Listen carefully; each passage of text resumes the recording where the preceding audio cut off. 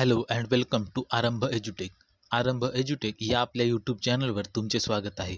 मित्रांनो, स्पर्धा परीक्षेची तयारी करत असताना आपल्याला सराव हा अत्यंत महत्त्वाचा असतो आणि त्यासाठीच आपण सर्व परीक्षांसाठी उपयुक्त अशा 1000 सराव प्रश्नांचा समावेश असणारी सिरीज आपल्या यूट्यूब चॅनलवर आपण घेत आहोत.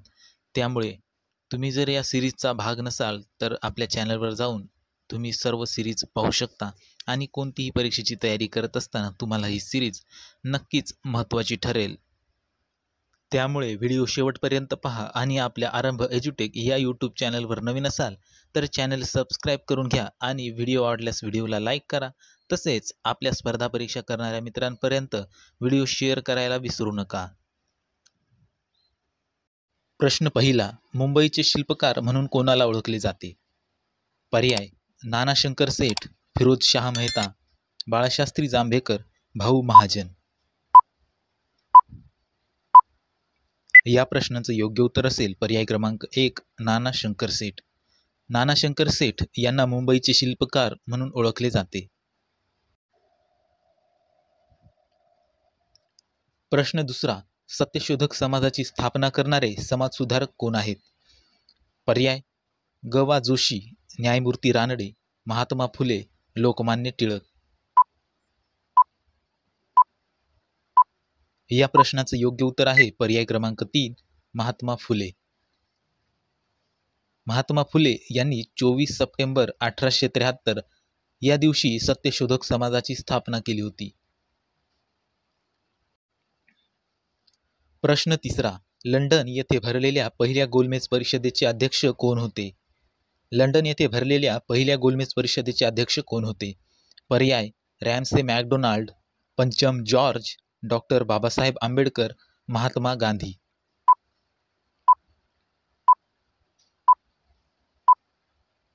या प्रश्नाचं योग्य उत्तर आहे पर्याय क्रमांक 1, रॅमसे मॅकडोनाल्ड. लंडन येथे भरलेल्या पहिल्या गोलमेज परिषदेचे अध्यक्ष रॅमसे मॅकडोनाल्ड हे होते. प्रश्न चौथा, क्रांतिकारी चळवळीचा प्रसार करण्यासाठी वंदे मातरम हे वृत्तपत्र कोणी सुरू केले? पर्याय: बिपिनचंद्र पाल, उल्हास दत्त, भूपेंद्र दत्त, अरविंद घोष.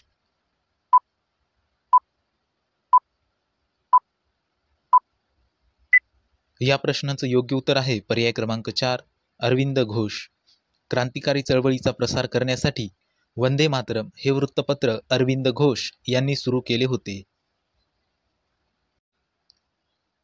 प्रश्न पाचवा, 1940च्या वैयक्तिक सत्याग्रहाचे पहिले वैयक्तिक सत्याग्रही कोण आहेत?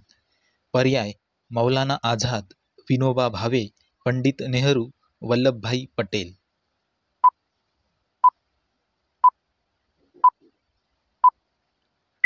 या प्रश्नाचं योग्य उत्तर असेल पर्याय क्रमांक 2, विनोबा भावे.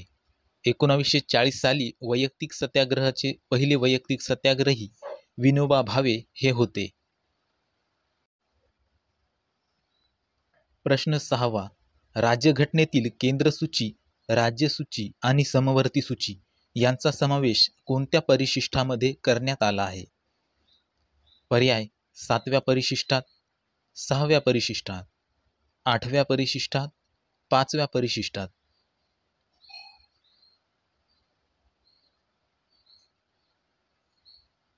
या प्रश्नाचं योग्य उत्तर असेल पर्याय क्रमांक 1, 7व्या परिशिष्टात.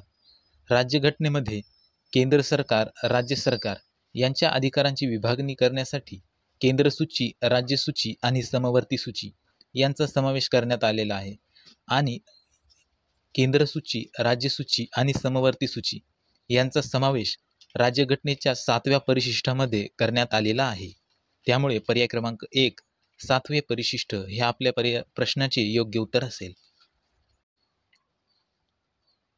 प्रश्न 7वा, मतदाराचे वय 21 वरून 18 वर्षे करण्यासाठी कोणती घटनादुरुस्ती करण्यात आली? पर्याय: 61वी घटनादुरुस्ती, 56वी घटनादुरुस्ती, 73वी घटनादुरुस्ती, 97वी घटनादुरुस्ती.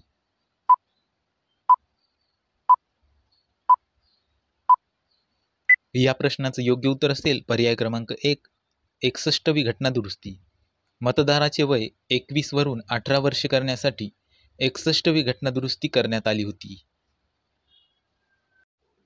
मित्रांनो, आरंभ एज्युटेक या यूट्यूब चॅनलवर तुम्ही नवीन असाल तर चॅनलला सबस्क्राईब करून घ्या आणि व्हिडिओला लाईक करा.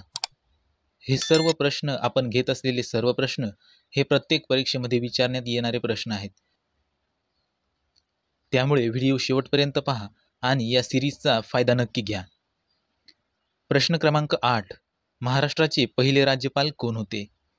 पर्याय: सी. विद्यासागर राव, भगतसिंह कोश्यारी, श्री प्रकाश, नरेंद्र मोदी.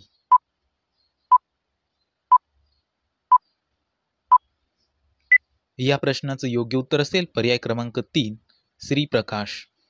श्री प्रकाश हे महाराष्ट्र राज्याचे पहिले राज्यपाल होते. प्रश्न 9.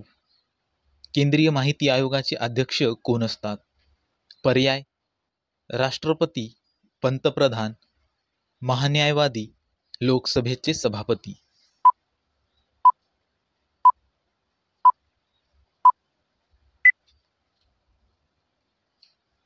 या प्रश्नाचं योग्य उत्तर असेल पर्याय क्रमांक 2, पंतप्रधान.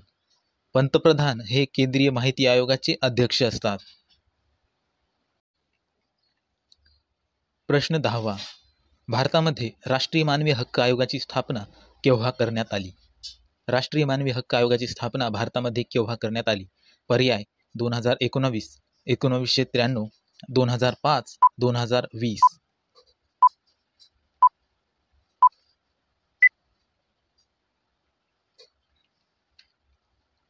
या प्रश्नाचं योग्य उत्तर असेल 2000. भारतामध्ये राष्ट्रीय मानवी हक्क आयोगाची स्थापना ही 2000 मध्ये करण्यात आली. या ठिकाणी आपल्या प्रश्नाचं योग्य उत्तर असेल पर्याय क्रमांक 4, 2000. या ठिकाणी 2000 ऐवजी 2020 असे झाले आहे. त्यामुळे भारतामध्ये राष्ट्रीय मानवी हक्क आयोगाची स्थापना केव्हा करण्यात आली? या प्रश्नाचं योग्य उत्तर असेल पर्याय क्रमांक 4, 2000. महाराष्ट्रातील अतिदक्षिणेकडील जिल्हा कोणता? पर्याय: गडचिरोली, सिंधुदुर्ग, रायगड, रत्नागिरी.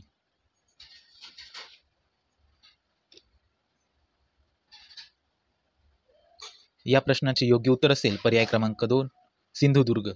महाराष्ट्रातील अतिदक्षिणेकडील जिल्हा सिंधुदुर्ग हा आहे.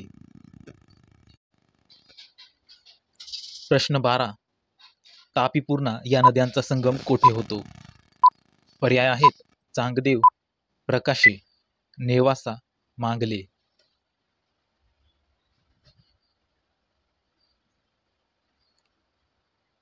या प्रश्नाचं योग्य उत्तर असेल पर्याय क्रमांक 1, चांगदेव. तापी पूर्णा या नद्यांचा संगम चांगदेव या ठिकाणी होतो. प्रश्न क्रमांक 13. मोडकसागर धरण हे कोणत्या नदीवर आहे? मोडकसागर धरण हे कोणत्या नदीवर आहे? पर्याय: वैतरणा नदी, बिंदुसरा नदी, नर्मदा नदी, उल्हास नदी.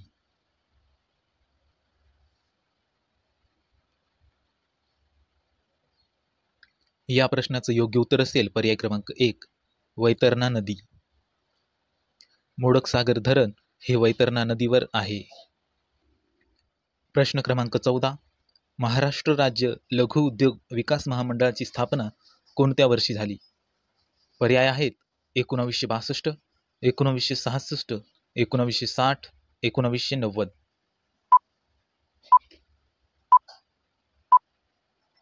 या प्रश्नाचं योग्य उत्तर असेल पर्याय क्रमांक 1, 1962. महाराष्ट्र राज्य लघु उद्योग विकास महामंडळाची स्थापना ही 19 ऑक्टोबर 1962 या वर्षी झाली. प्रश्न क्रमांक 14. महाराष्ट्रात भात संशोधन केंद्र कोठे आहे? पर्याय आहेत रत्नागिरी, अहमदनगर, जळगाव, नाशिक.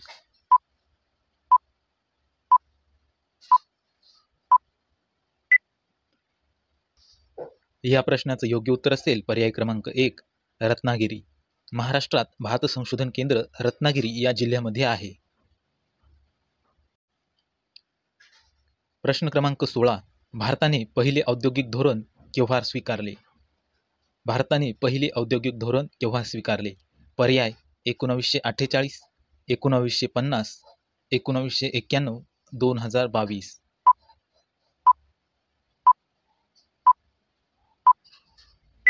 या प्रश्नाचं योग्य उत्तर असेल पर्याय क्रमांक 1, 1948. भारताने पहिले औद्योगिक धोरण हे 1948 या वर्षी स्वीकारले.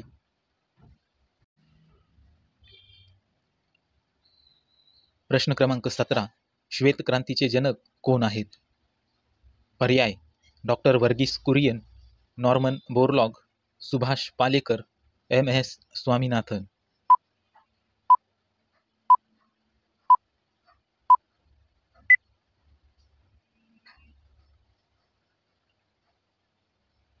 या प्रश्नाचं योग्य उत्तर असेल पर्याय क्रमांक 1, डॉक्टर वर्गीस कुरियन. डॉक्टर वर्गीस कुरियन हे श्वेत क्रांतीचे जनक आहेत. श्वेत क्रांती ही कशाशी संबंधित आहे असा प्रश्न जर विचारला तर श्वेत क्रांती ही दूध उत्पादनाशी संबंधित आहे असे त्या प्रश्नाचे योग्य उत्तर असेल. मित्रांनो, आरंभ एज्युटेक या यूट्यूब चॅनलवर नवीन असाल तर चॅनल सबस्क्राईब करून घ्या आणि आपल्या व्हिडिओला लाईक करा. तसेच स्पर्धा परीक्षा करणाऱ्या आपल्या मित्रांबरोबर शेअर करायला विसरू नका. तुम्ही जर यापूर्वीचे व्हिडिओ पाहिले नसतील तर डिस्क्रिप्शनमध्ये दिलेल्या लिंकवर जाऊन किंवा आपल्या चॅनलवर जाऊन तुम्ही ते व्हिडिओ पाहू शकता. आपण घेत असलेले प्रश्न हे स्पर्धा परीक्षांसाठी अत्यंत उपयुक्त असणार आहेत. तुम्ही कोणत्याही स्पर्धा परीक्षेची तयारी करत असाल, जसे की पोलीस भरती, तलाठी, ग्रामसेवक, जिल्हा परिषद, आरोग्यसेवक अशा सर्व परीक्षांसाठी हे प्रश्न उपयुक्त ठरणार आहेत. त्यामुळे या व्हिडिओचा फायदा नक्की घ्या. पूर्ण सिरीज पाहण्यासाठी आपल्या चॅनलवर जाऊन सर्व स्पर्धा परीक्षांसाठी उपयुक्त अशा सिरीजमध्ये जाऊन तुम्ही सर्व व्हिडिओ पाहू शकता. श्वेत क्रांतीचे जनक डॉक्टर वर्गीस कुरियन हे आहेत. प्रश्न क्रमांक 18. आंतरराष्ट्रीय नाणेनिधीचे मुख्यालय कोठे आहे? पर्याय बेंगलोर, न्यूयॉर्क, स्वित्झर्लंड, वॉशिंग्टन.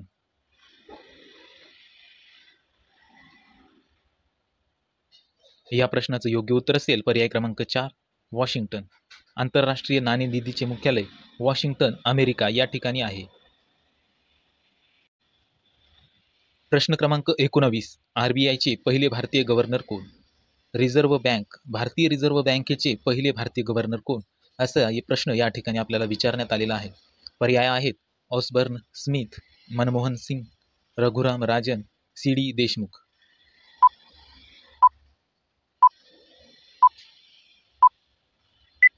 या प्रश्नाचं योग्य उत्तर असेल पर्याय क्रमांक 4, CD देशमुख. RBIचे पहिले भारतीय गव्हर्नर हे CD देशमुख हे होते. प्रश्न क्रमांक 20. विदेशात शाखा उघडणारी पहिली भारतीय बँक कोणती? विदेशात शाखा उघडणारी पहिली भारतीय बँक कोणती? पर्याय आहेत bank of Baroda, bank of India, overseas bank, HDFC bank.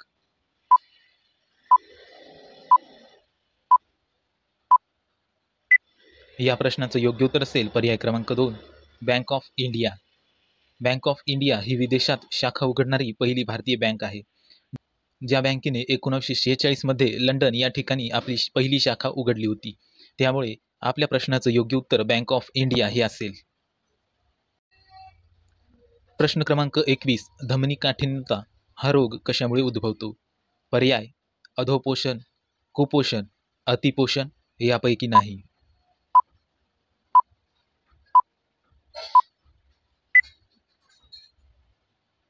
या प्रश्नाचं योग्य उत्तर असेल पर्याय क्रमांक 3, अतिपोषण. धमनी काठिन्यता हा रोग अतिपोषणामुळे उद्भवतो.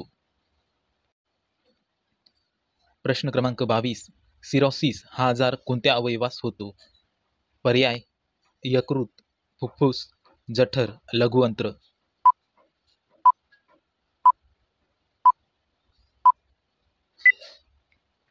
या प्रश्नाचं योग्य उत्तर असेल पर्याय क्रमांक 1, यकृत. सिरोसिस हा आजार यकृत या अवयवास होतो. प्रश्न क्रमांक 23. पेशीतील तरल द्रव्याला प्रद्रव्य असे नाव कोणी दिले?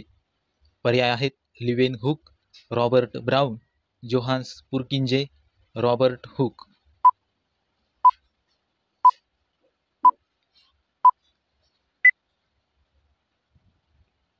या प्रश्नाचं योग्य उत्तर असेल पर्याय क्रमांक 3, जोहान्स पुरकिंजे.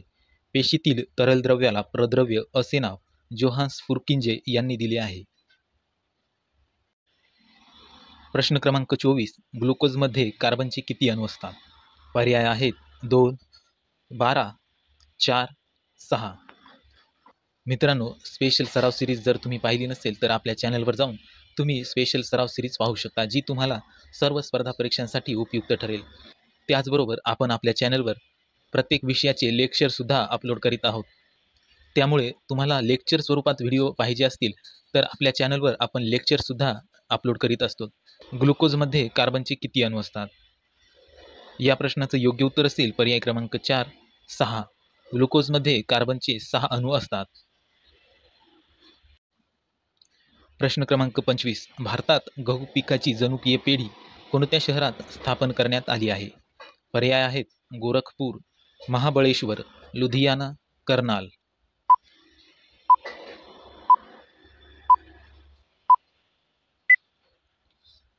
या प्रश्नाचं योग्य उत्तर असेल पर्याय क्रमांक 4, कर्नाल.